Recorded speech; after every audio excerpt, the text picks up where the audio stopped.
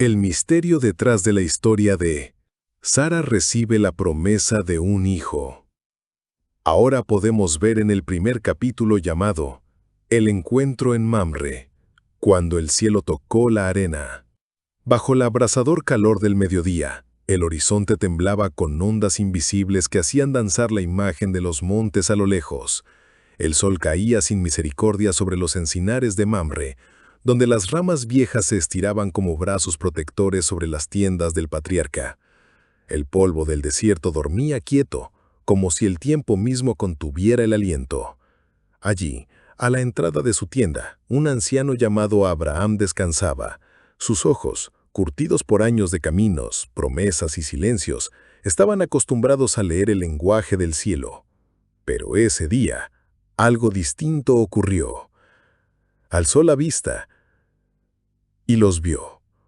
3 hombres. Se acercaban desde el resplandor del horizonte. No levantaban polvo. Sus pies tocaban la tierra con una ligereza sagrada. Sus túnicas eran blancas como la lana recién lavada, y el sol parecía no quemarlos, sino rodearlos con una luz más suave, más dorada, casi eterna. Abraham sintió que su espíritu se encendía dentro de él, algo más profundo que el instinto le susurró que no eran simples caminantes. Sin saber aún que estaba a punto de encontrarse con el cielo mismo, encarnado en forma de 3 viajeros divinos, Abraham se levantó apresuradamente, corrió a su encuentro como un niño que corre al reencuentro de un ser querido, y se inclinó hasta el suelo con reverencia. «Mi Señor», dijo, reconociendo algo inexplicable en uno de ellos. «Si te agrada, quédate un momento. Deja que traiga agua para lavar sus pies y descansen bajo este árbol. Les traeré alimento para renovar su fuerza antes de continuar». Aquel que parecía llevar la voz del grupo asintió, con una sonrisa que parecía conocer todos los secretos del alma. Y con ese gesto, el tiempo se detuvo, surgiendo la primer pregunta. ¿Quiénes eran estos 3 hombres? ¿Y por qué Abraham se postra como ante una deidad? La reflexión y respuesta es: los antiguos conocían algo que los modernos hemos olvidado. No todo lo que se ve es todo lo que es. Abraham no se postra ante cualquiera. Algo en su ser reconoció una presencia mayor. No solo belleza física, aunque la tenían, sino un resplandor de eternidad que emanaba de su sola cercanía. Era como si la atmósfera se hubiera purificado con su paso. Uno de ellos no solo parecía un enviado, sino el mismísimo Señor. Años después, el autor de Hebreos recordaría este instante como un misterio no menor. En Hebreos 13, versículo 2 dice: «No se olviden de brindar hospitalidad a los desconocidos, porque algunos que lo hicieron hospedaron ángeles sin darse cuenta». Pero Abraham sí se dio cuenta. Tal vez no del todo, pero lo suficiente como para correr, servir y postrarse. Porque cuando la eternidad se disfraza de visitante, solo los ojos sensibles al cielo pueden reconocer su paso. Seguidamente, en el segundo capítulo llamado El anuncio que abrió el vientre del tiempo, Abraham, aún con el corazón latiendo fuerte por la revelación silenciosa de aquellos 3 visitantes, no se quedó inmóvil. Sabía que algo eterno estaba ocurriendo, y lo eterno merece urgencia. Corrió a la tienda. Sus pies levantaban pequeñas nubes de polvo, como si incluso la tierra se estremeciera ante el momento. «Rápido, Sara», dijo con voz entrecortada. «Toma 3 medidas de la mejor harina. Amásala. Haz panes para nuestros visitantes. Apresúrate». Sara, aún confundida por la súbita aparición, no preguntó. Se movió con manos entrenadas, manos que habían amasado años de silencio, de espera, de fe cansada. Cada golpe de la masa era como un eco del pasado y un anuncio del futuro. Mientras tanto, Abraham no delegó el honor. Corrió él mismo al rebaño. Eligió con cuidado el mejor becerro, el más tierno, sin mancha. No era solo una comida, era una ofrenda viva, un acto de honor, un reconocimiento tácito de que estaba sirviendo al cielo mismo. Todo fue preparado con premura, pero sin descuido. Y pronto, bajo el frescor de aquel encino milenario, los 3 hombres, que no eran hombres, se sentaron. Comieron, no como quien necesita, sino como quien honra el momento. Y entonces entre pan, carne y silencio sagrado vino la pregunta que desgarró el velo de lo común. ¿Dónde está Sara, tu esposa? Abraham, aún con respeto en cada palabra, respondió: está adentro, en la tienda. Surgiendo las siguientes preguntas. ¿Por qué preguntar por Sara? ¿Y por qué anunciar la promesa ahora? Teniendo varias respuestas como: porque el cielo nunca menciona un nombre al azar, porque Dios no ignora a quienes están detrás del velo, y porque Sara, aunque oculta, no estaba olvidada.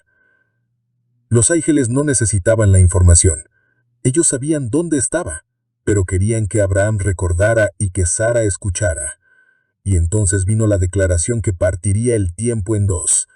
Volveré dentro de 1 año, y para entonces tu esposa Sara tendrá un hijo. Las palabras no solo fueron escuchadas por los oídos, traspasaron la tela de la tienda, penetraron en el alma de una mujer que había dejado de creer que esa promesa aún era para ella. Sara escuchó, y aunque su vientre estaba seco, el cielo había recordado su nombre. La pregunta clave es: ¿por qué preguntar por Sara? ¿Y por qué anunciar la promesa ahora? La respuesta profética es: porque Dios no hace preguntas sin intención. No era información, sino que era restauración. Dios la llamó por su nombre. Dios hizo pública una promesa que parecía privada, y lo hizo en el momento exacto en que su fe estaba por quebrarse. Porque cuando ya no esperas nada, Dios te sorprende. En Salmo 105, versículo 8 dice: porque el Señor se acuerda de los suyos y jamás olvida su pacto. El cielo habló su nombre, Sara, como un eco que desciende de lo eterno, porque aunque ella se ocultaba en la sombra de la tienda, su historia brillaba en el cielo.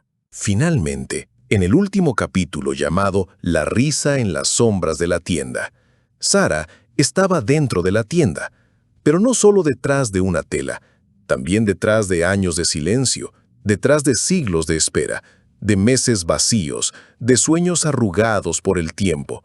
Era una mujer anciana, sí, pero su alma también lo estaba. Sus ojos habían llorado sin consuelo, su vientre se había convertido en una tierra que ya no esperaba lluvia, y su fe, aunque viva, estaba en sus huesos, no en su voz. Desde ese escondite de tela y de historia, escuchó lo que ningún corazón cansado espera oír. Volveré dentro de 1 año, y para entonces tu esposa, Sara, tendrá un hijo. Y entonces sucedió lo impensado. Sara se rió, pero no fue una carcajada ruidosa, no fue burla, fue una risa pequeña, interna, íntima, amarga como cuando algo dentro de ti te dice: ya es tarde para eso. Fue la risa de quien ha amado, esperado y enterrado muchas veces la misma promesa. La risa de quien no se atreve a volver a creer por miedo a volver a romperse. La risa de una mujer que había aprendido a vivir sin lo que una vez soñó. Dijo: ¿acaso una mujer como yo, vieja y desgastada, volverá a sentir ese gozo? Susurró como hablándole al aire. ¿Y mi esposo, tan anciano, aún puede dar vida? Ella creía que nadie la oía, pero el cielo sí escucha. Y el Señor, el mismo que le dio nombre a la luz, habló desde fuera de la tienda directamente al corazón de Sara. ¿Por qué se rió Sara? ¿O existe algo demasiado difícil para el Señor? El silencio dentro de la tienda fue tan pesado como una roca. Sara contuvo el aliento. El corazón le latía con fuerza. El miedo le susurraba que negara lo evidente. Yo no me reí, dijo temblando. Pero la voz divina no acusó, solo afirmó con ternura firme: sí, te reíste.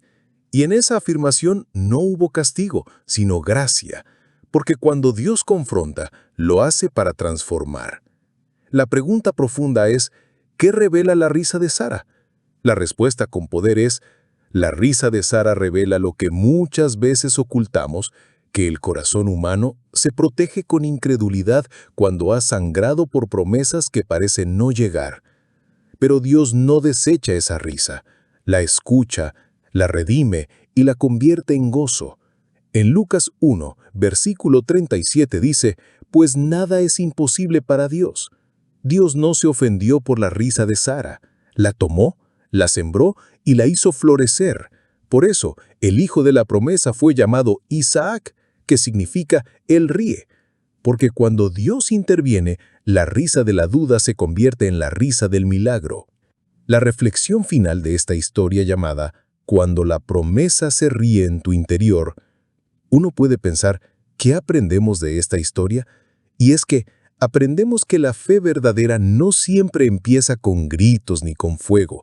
A veces comienza como un susurro tembloroso, a veces se esconde detrás de una cortina y a veces incluso se disfraza de risa incrédula. Sara no gritó «Amén» cuando escuchó la promesa. No cayó de rodillas ni alzó las manos. Sara se rió. Se rió porque tenía miedo. Se rió porque estaba cansada. Se rió porque no quería volver a soñar con algo que parecía imposible. Y sin embargo, Dios no la reprendió, la redimió. No canceló la promesa por su debilidad, no anuló el milagro por su duda. Dios no busca perfectos, busca corazones dispuestos a ser sorprendidos. No es imposible que un vientre estéril sea visitado por la vida. No es imposible que una risa cínica se convierta en un canto de gozo. No es imposible que una historia marcada por el silencio sea interrumpida por el llanto de un niño prometido. Dios no solo da hijos, Dios da sentido, Dios da cumplimiento, Dios da risa nueva. Por eso el niño se llamó Isaac, no por burla, sino por redención. No por incredulidad, sino porque cuando Dios cumple su palabra, lo imposible se ríe con nosotros. Dios te recuerda hoy, yo escuché tu risa, pero aún así vendré. ¿Y tú? ¿Hay alguna promesa que pensaste que ya era demasiado tarde para verla nacer? Tú decides. La paz sea contigo. No olvides de suscribirte para más videos.